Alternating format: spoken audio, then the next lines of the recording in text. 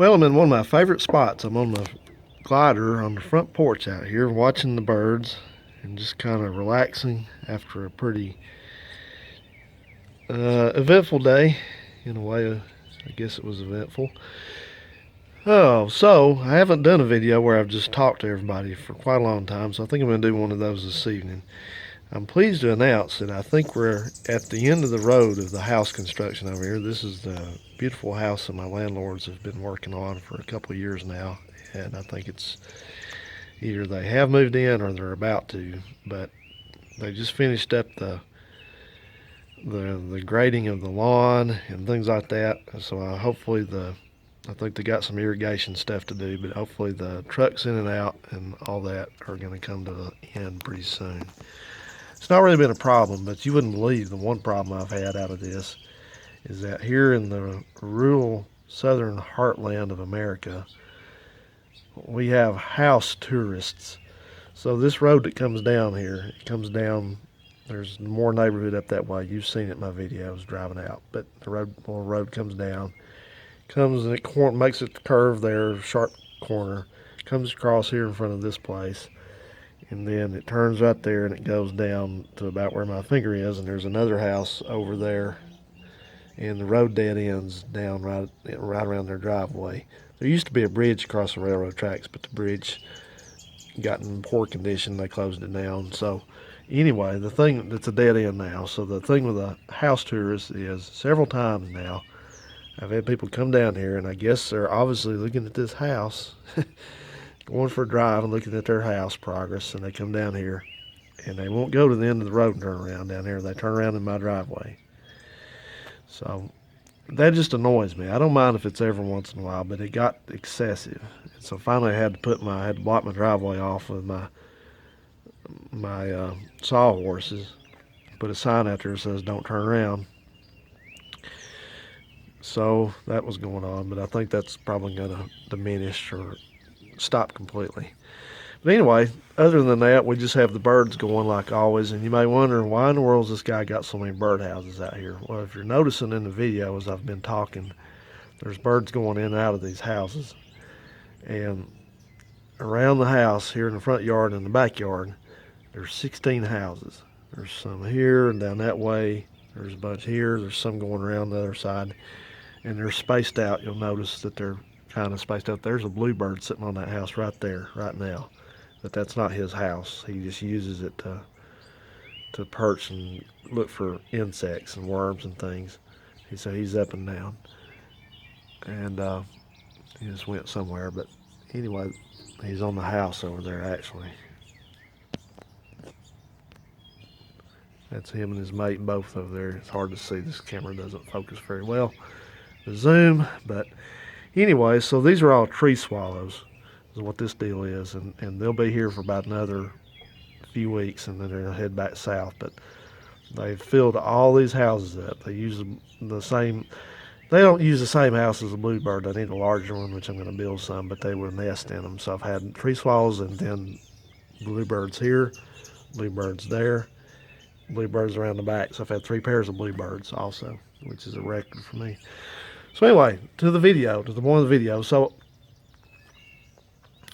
this afternoon, I bought a pickup truck, and as you may have recalled, I've had the Chevy Tahoe that I traded for a couple of years ago this entire time, and I've been using it and driving it. It's done just fine. But I've quickly realized the limitations of an SUV as far as any kind of heavy work. So I like the Tahoe because it rides good, drives easy. But it's just got some, like I said, some limitations about towing and things like that. It's a 350 and a 4L60. It's got 373 gears. It's just 4-wheel drive, but it's got a coil spring rear end in it, so it really does not handle a load on it like with a trailer with quite a bit of tongue weight very well. So I got the idea in my mind. Pardon me, I'm sorry. Got the idea in my mind a while back that with the prices of trucks going up like they are, and since I was stupid enough to sell a couple of good heavy-duty trucks I better go looking for another one, and that's it. There's probably not going to be any more that's going to be old enough that don't have a lot of electronics and crazy stuff going on and that kind of thing. And so I set out looking for one, and I had a price in mind. I put a budget of $5,000 because I don't like to borrow money. I don't like to be invested in something with a loan because that's, loans have to be repaid, and I don't have a problem with that, but I don't like to be tied to an obligation if I don't have to be. So anyway, so I went looking, and I got on Craigslist. There wasn't anything really on Craigslist at all. Craigslist is dead as far as that kind of thing goes.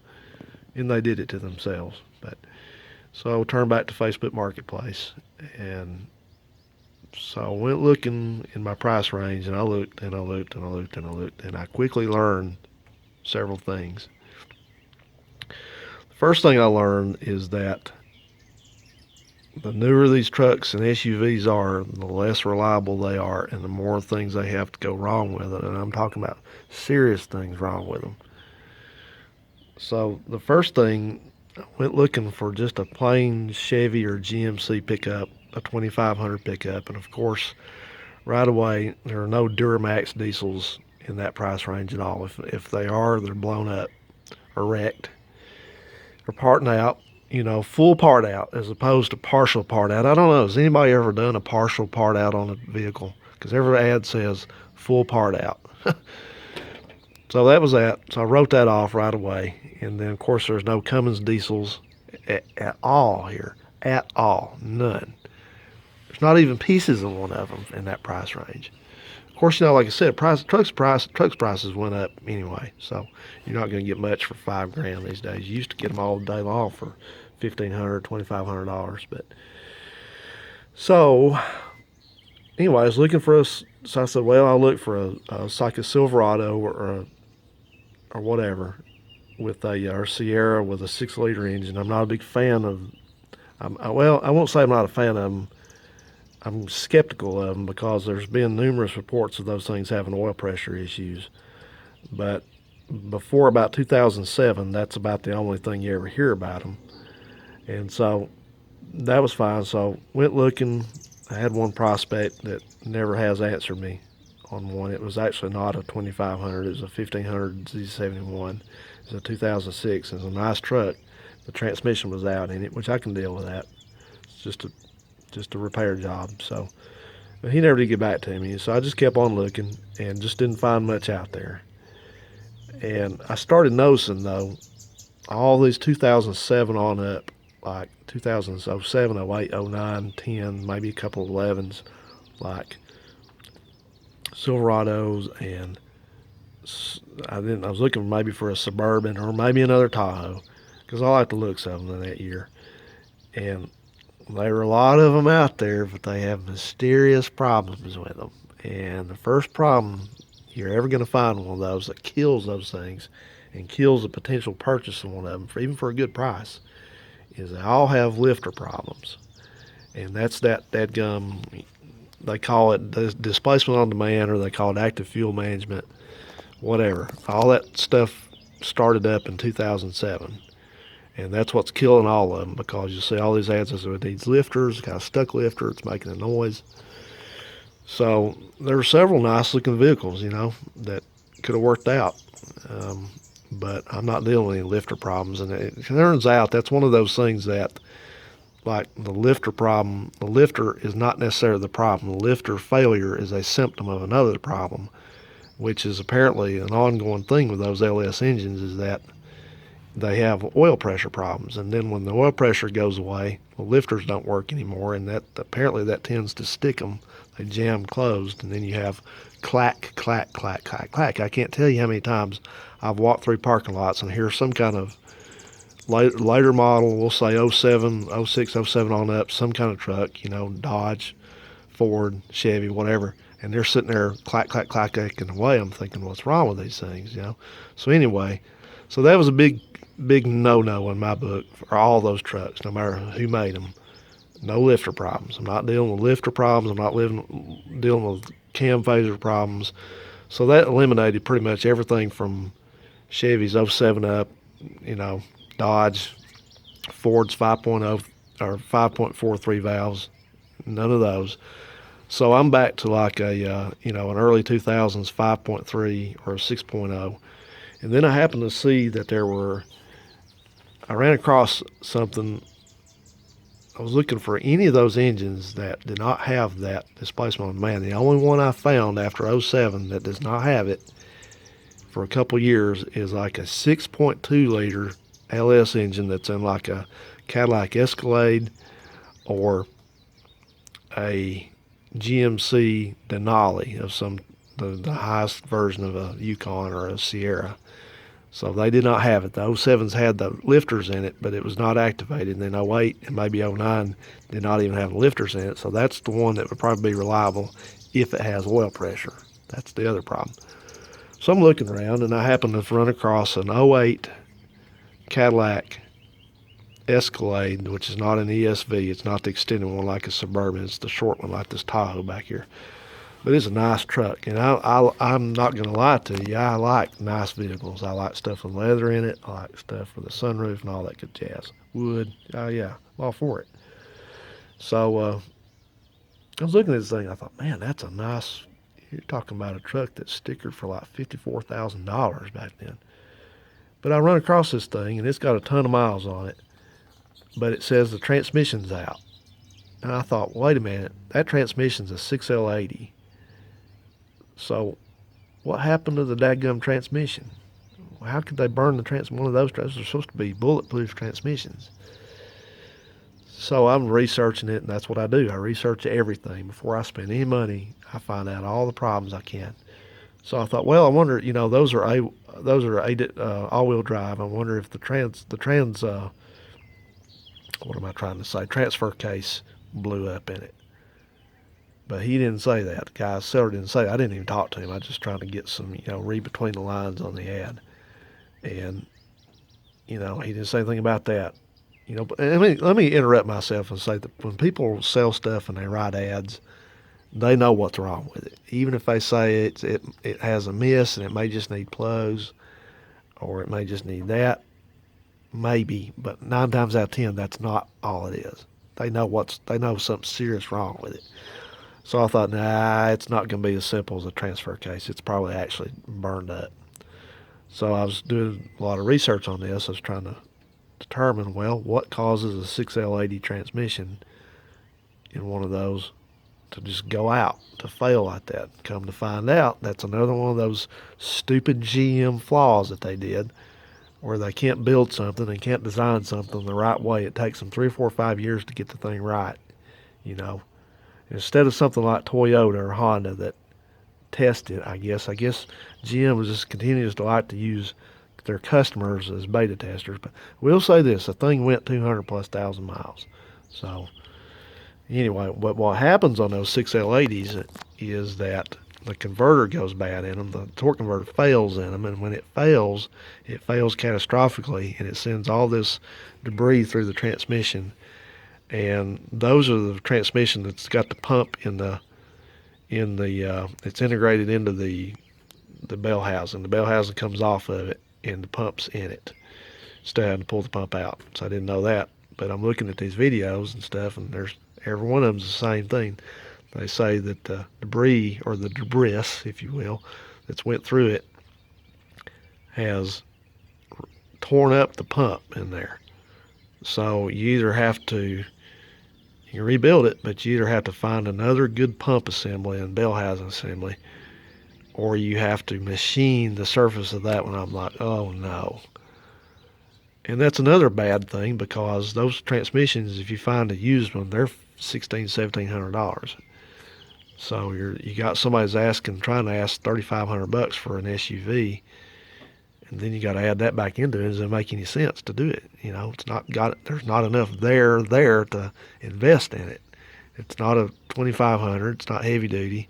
It's got a lot of power, but it's going to have the same towing issues this thing back here has. So anyway, I'm like, I'll be dadgum. So I started looking I thought, well, I'm going to have to stick with a 25 or 3500 truck. That's all there is to it. I'm going to have to look for one, try to find one. So a guy up here, and I'm not going to name anybody's names. It doesn't matter. They're just trying to sell their stuff. What's done to it's done to it. But lived probably 5 or 6 miles from up here. Had an '88 Chevy 3500 dually, and I actually had one of those. I actually had an '89, but '88 was the first year for the GMT 400 series. You know, the ones from '88 to '98, '99, whatever the case is, 2000. And it was the first year for the dually, an actual dually. But what's funny about that year is that if it was like an extended cab dually with dual rear wheels, of course, then it was the new style truck. If it was a single rear wheel like crew cab, they continued to build them on the old square body. So, but anyway, that's what this thing was. And I was looking through his ad, and the truck it used to be, when I got out and looked at it, I found out it was a Choo Choo Custom at one point. It was a nice truck at one point. And it wasn't that bad off. I mean, he had new tires on it, and the body's pretty straight. It had the quarter glass was knocked out of it on the driver's side, and it was put up a piece of cardboard up there. You know, and I'm thinking, why didn't you fix that? You know, if you're trying to sell it. And he wanted some good money for that thing. Like $4,500, I think, which I thought was a lot for what it was. But something in his ad caught my attention, and I thought, this doesn't quite sound right. But it said it had a 350 engine in it. And it just didn't ring very true. I thought, you know, the one I had was a single cab, and it had a 454 in it. That's a TBI 454. It's only about 235 horsepower, but it's a 454. You know, it's the real deal. So I thought, you know what, that's what that truck's supposed to have in it. But I went and looked at it, and it just had the usual stuff. It had all broken up seats, and it had a tack in there of all things. You know, the interior was dirty. You know, these people never clean stuff up when they're trying to sell it. They will not. Down here, I don't know about out west or up north. When people try to sell stuff down here, they will not clean it up. They won't. But anyway, so he's there, and I look at it, and, you know, I'm thinking, it's not great. But, you know, I might can work with this. And I wasn't real crazy about it because that's a turbo 400, and they got like 373 and 410 gears and stuff, and it's no overdrive, and that's about a 60-mile-an-hour rig. And I thought, you know, I can work with that. You know, if the price comes down, and it's, you know, but that 350 thing, that kept bothering me about that. So I popped the hood up, and this thing, it's got a 350 in it. So yeah, it's got a 350 in it, and they've painted the valve covers yellow, and that's a sign of somebody that's got too much time and too little money on their hands. They start painting stuff. So the engine, it didn't look right. Something didn't look right. It was missing part of the air cleaner, and stuff was just, there's wires everywhere and stuff. So, you know, I thought, something's up with this thing. This doesn't look legit. And so I said, I'm just looking around. I never really, I look at stuff, but I don't give anybody a hint that I'm looking at something and paying much attention to it. I'm just kind of scanning around. And he's talking, and I said, was the engine in it? Did it go bad? He said, well, yeah. He said, I had another engine. This engine was in the truck around back there that was wrecked. And thinking, So I'm still thinking about that. I'm thinking that I can't let that go. I'm thinking, you know, this thing shouldn't have had a 350 in it. So I'm looking around, and I just kind of glanced down at the radiator support where the thing is. It's got the sticker on it, and sure enough, it says 7.4 liter. And I thought, aha, yep, sure enough, you or somebody has pulled the 454 out of this thing and put this stupid old 350 in it. It's a TBI 350, and it ran okay. But I said, so I don't know. I didn't say it to him. I was thinking to myself, I don't know what happened here. I don't know if the 454 blew up, which I doubt, or somebody just had this thing and they just decided to pull the 454 out of it and sell it to somebody for a profit and stick this old engine in it and then sell it to somebody that didn't know better. Because that 350, they're a great engine, but it's weak in this Tahoe, and I can imagine with a dually. So anyway, I was like, I said, I'm gonna have to think about this. And then by the time I looked at it and walked around it one more time, I said, I think I'm gonna pass on it. I appreciate you showing it to me. And that was it. Took off, came back home. And then there was another one. There was a '99 Chevy 3500 dually, just like that. Um, and it was kind of beat up inside. It had a pretty rough interior, but the outside didn't look too bad. But it was a 5-speed, and same thing as Ad said, 5.7 engine. So apparently there's I was looking at this thing. I looked it up and I tried to, you had to dig and dig and dig to find the specs on these things. But if it was a single rear wheel 3500, like I said, they'd put a 350 in it. But any kind of dually, now correct me if I'm wrong, that may have happened, but normally I think a 454 was mandatory with a dually. And I'm thinking I said, this guy knows it's a 350. There's no case that he's just mistaken a 454 for a 350. There's no way, not no way in hell.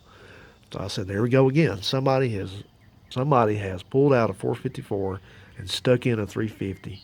And I didn't even go look at this thing. I said, I'm not wasting my time on that. There's no way. Why would you do that?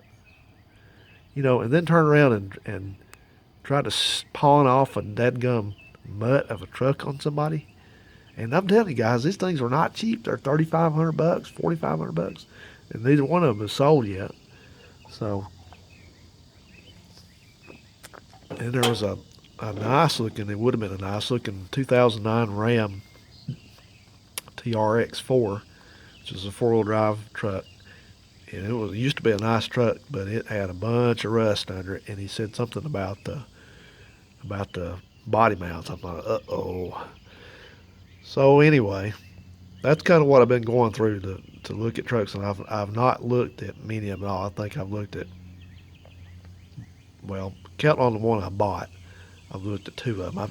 I'm like, there's no way. I'm not doing this. I'm not gonna take a gamble on a $3,000 or $4,000 truck that may not last. I mean, the engine may blow up in it, from lifters or cams or phasers or head gaskets or any number of stuff, And that's another one. The 6.0 Power Strokes and the 6.0, there aren't many. Every one I found of those was broken, had something wrong with it. And every single truck that was in that price range that had a Ford that had a 6.4 liter Power Stroke was busted. Every one of them. None of them. Every one of them had to need a new engine in them. Then another thing, I kind of was considering an excursion. There were several excursions with V10s in them, and that's another thing. Boy, they don't get the money that a Power Stroke gets. No Power Strokes, none of those. So I'm looking for Ford diesels, and I mean, you found a few people that had these old dualies. And there's nothing wrong with those. Those are excellent trucks. They just are. But they had them, and every one of them had automatic transmission problems because from the late 80s through 90, the last of them in 96, that era truck, the ones before the Super Duties, had that E4 OD transmission, which is a C6 with an overdrive on it. And they've all went bad, and they're expensive to repair. No guarantee they're going to stay repaired. And then the 4R100, the later version, is apparently not quite so bad. But anyway, it's just a lot of money again. And you got somebody asking a lot of money for that kind of truck. In my book, it's just, nope. Couldn't do it. I'm just not going to waste money on that. I used to gamble on vehicles. No more. Because it takes my time and effort to buy stuff. I don't really like it. I don't really like buying vehicles. But I bought this one, and hopefully I'm not stupid enough to sell this one anytime soon. And I'm sure, hint, hint, you know who you are, I'm surely not going to tear it apart and take the parts out of it to ostensibly build something else down the road in 1 year. Just teasing you. That's one of my YouTube buddies here. He knows who he is. But all right, guys, I'm gonna wrap her up. It's getting a little bit dark. I gotta go check the mail down there. All right. Hope everybody's doing well, and I think I'm gonna get out in the morning and show you my new purchase. How you like how I put this thing so this pole is right in front of me? I couldn't have done that better if I tried. Maybe I need to move it. See ya.